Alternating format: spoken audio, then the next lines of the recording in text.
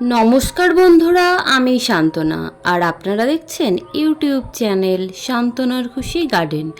বন্ধুরা, আজকে আমি আমার এই জবা গাছটিকে ট্রিটমেন্ট করার জন্য বসে পড়েছি। আসলে কি হয়েছে বলুন তো, এই গাছটি অনেক দিন হলো কোনো রকম কোনো পরিচর্যা হচ্ছে না, কোনো খাবার দেওয়া হয়নি, আর গাছটি একটা সাইডে রাখা ছিল। তো সেই কারণে এই গাছের মধ্যে ফুল হওয়া তো প্রায় বন্ধই হয়ে গেছে। বন্ধুরা, এই গাছটি একটি হাইব্রিড ভ্যারাইটির জবা, যে কারণে থোকা জবা হয়, প্রচণ্ড প্রচণ্ড সুন্দর জবা হয় এবং প্রচুর পরিমাণে হয়। কিন্তু আমার একটু অবহেলা করার জন্য বর্তমানে এই গাছটিতে কোনো রকম কোনো ফুল নেই। এই দেখুন, গাছটিতে পোকা লেগে গেছে। তো অনেক দিন পরে ভাবলাম যে আমি আমার এই গাছটাকে আবার ঠিকঠাক তৈরি করে নেব। তো দেখুন, যেখানে পোকা লেগে গেছিলো সেখানে এই ডালটি ছিল, আর এই ডালটিকে আমি আমার গাছ থেকে বাদ দিয়ে দিয়েছি। এই ডাল থেকেও নতুন চারা তৈরি করা সম্ভব। তো এখন চারার তৈরি করার দরকার নেই, আমি আমার মাটি যে গাছটি আছে সেটিকেই সম্পূর্ণভাবে সারিয়ে তোলার চেষ্টা করব। অবশ্যই সম্পূর্ণভাবে ঠিক হয়ে যাবে এবং পরবর্তীতে এই গাছ থেকেই আবার প্রচুর প্রচুর পরিমাণে আমরা জবা ফুল পাবো। তো আশা রাখছি তো অবশ্যই। আর এইভাবে অনেক গাছই ট্রিটমেন্ট করা হয়, কম বেশি সমস্ত গাছই ভালো হয়ে আবার নতুন করে ফুল দিতে শুরু করে। তো এই গাছে ফুল না হওয়ার আরও একটি কারণ হলো রুট। বন্ধুরা দেখুন, আমরা জানি যে জবা গাছের খাবারটা একটু বেশি লাগে।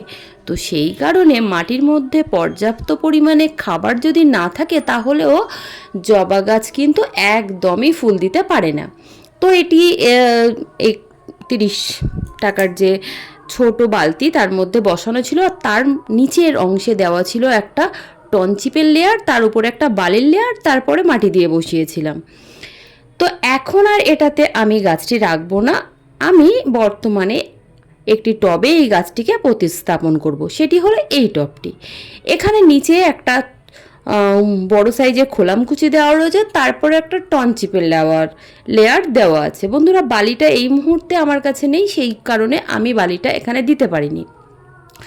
তার উপরে মাটি দিয়েছি, যদিও আমার তৈরি করা মাটিটা অত্যন্ত সুন্দর, কারণ এটি আমার পুরনো টবের মাটি দিয়ে তৈরি করা। এখানে পর্যাপ্ত পরিমাণে গোবর সার এবং আমার বাড়িতে তৈরি করা কিচেন কম্পোস্ট ব্যবহার করা আছে, আর তার মধ্যে অল্প পরিমাণে ফিউরোডন দেওয়া রয়েছে যাতে না কোনো পোকামাকড়ের আক্রমণ হয়। এই মাটিটি আমি তৈরি করেছিলাম প্রায় বর্ষার আগে। তো যে সময় আমরা অন্যান্য টবের মাটিগুলো ফেলে না দিয়ে সেইগুলোকে আবার কমপ্লিটলি আমরা কি করি, জৈব সার মিশিয়ে রেখে দিই এবং পরবর্তীতে ব্যবহার করি। এখানেও সেই পদ্ধতি চলেছে এবং সেই জৈব সার মিশ্রিত মাটি দিয়ে আজকে আমি আমার গাছটা বসাবো। যেহেতু মাটিটা অনেক আগে তৈরি করা ছিল, তাই মাটি তৈরি আর আপনাদেরকে দেখাতে পারলাম না। তাও বলে দিলাম, এখানে শুধুমাত্র দেওয়া আছে আমাদের জৈব সার। তো এখানে একটা মাটির লেয়ার, আরও কিছুটা মাটি রাখলাম গাছটা বসানোর পরে এই মাটিটা সাইড দিয়ে দেওয়ার জন্যে। তো চলুন এবার মাটিটাকে আমরা আমাদের গাছটাকে সুন্দরভাবে কাটাই ছাটাই করব এবং গাছটাকে সম্পূর্ণভাবে বসিয়ে নেব। কিভাবে বসাবো অবশ্যই দেখাবো। তো ভিডিওটি অবশ্যই শেষ পর্যন্ত দেখতে থাকুন বন্ধুরা। আর আপনারা যদি আমার চ্যানেলে নতুন হয়ে থাকেন তো আপনাদের কাছে অবশ্যই অবশ্যই অনুরোধ করব আমার পাশে থাকার জন্য এবং চ্যানেলটিকে অবশ্যই অবশ্যই সাবস্ক্রাইব করার জন্য। তো বন্ধুরা, এখানে নিচের অংশের মোটামুটি যে শিকড়গুলো বার হয়ে গেছিলো, রুটগুলো বার হয়ে গেছিলো, সেগুলো আমরা কাটাই ছাটাই করে নিচ্ছি একটা সাধারণ কাঁচি দিয়ে। এবার কি করব, সাইডের এই যে মাটিটাতে বসানো ছিল এই মাটিও আমি কিছুটা সাইড দিয়ে কেটে ফেলে দেব খুব সহজে। যদিও এই গাছটা প্রচুর পরিমাণে রোড বাউন্স হয়নি, এই গাছে খাবারের অত্যন্ত ঘাটতি আছে, কারণ আমি যে সময় বসিয়েছিলাম অনেক আগে, শীতের পরেই বসিয়েছিলাম, তারপর থেকে আর গাছটাতে খাবার তেমনভাবে দেওয়া হয়নি। এবং তার মধ্যে যখন বসিয়েছিলাম তার কিছুদিন পর থেকে এই গাছটাতে কিন্তু প্রচুর পরিমাণে ফুল হয়ে গিয়েছে এবং মাটির সমস্ত খাবারগুলো সেখানে ব্যবহার করা হয়ে গিয়েছে। তাই আমি মাটিটা মাটিকে সম্পূর্ণভাবে বাদ দিলাম বেশ কিছুটা, এবং এই মাটিতে আমি নতুন করে গাছটাকে আবার স্থাপন করছি। এবার দেখুন মোটামুটি গাছটাকে বসিয়ে 2-3 ইঞ্চি একটা খালি জায়গা আমরা ছেড়ে দেব পরবর্তীতে জল দেওয়ার জন্য এবং সার দেওয়ার জন্য। অবশ্যই প্রত্যেকটি গাছই একই নিয়মে বসাতে হয়, তো আমিও সেটাই করছি। এবার আমি কি করব, আমার যে সাইডে যে মাটিটা রাখা আছে বন্ধুরা, সেই মাটিটা দিয়ে সাইডের অংশগুলোকে ভরে দেব।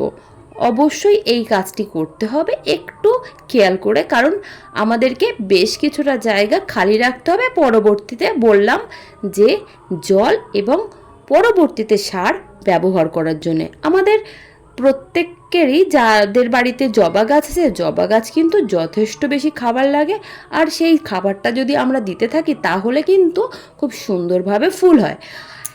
এই যে আমাদের হাইব্রিড ভ্যারাইটির জবাগুলো বন্ধুরা, এই জবাগুলো কিন্তু শীতের সময়ও ফুল বন্ধ করে না। আমাদের দেশি ভ্যারাইটির জবাগুলো শীতের সময় ফুলের পরিমাণ একদম কমিয়ে দেয়, ফুলগুলো ছোট সাইজের হয়, কিন্তু হাইব্রিড ভ্যারাইটির জবাগুলো কম বেশি সারা বছরই প্রচুর প্রচুর পরিমাণে ফুল হয়।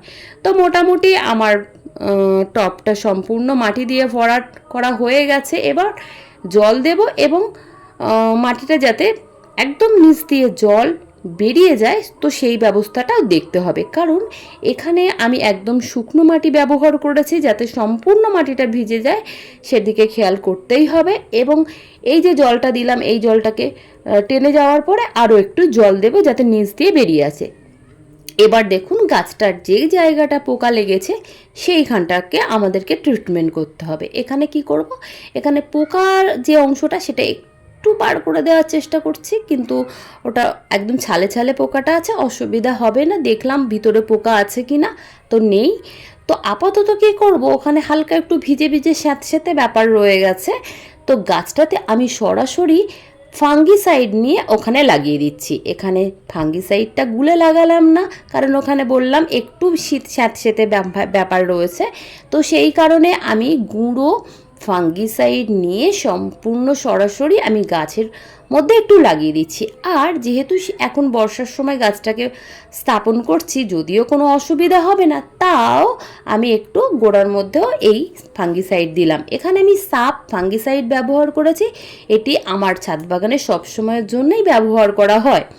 তো বন্ধুরা এই গাছটা সম্পূর্ণভাবে রেডি হয়ে গেছে, এবার রেখে দেবো একটু ছাওয়াযুক্ত জায়গায়, অর্থাৎ যেখানে অন্য একটা বড় গাছের নিচে আপাতত 2-4 দিন রেখে দেবো, তারপরে সরাসরি রোদ্দুরে দিয়ে দেবো। তো পরবর্তীতে এই গাছের কেমন ফুল হয় অবশ্যই আপডেট সহকারে নিয়ে আসব।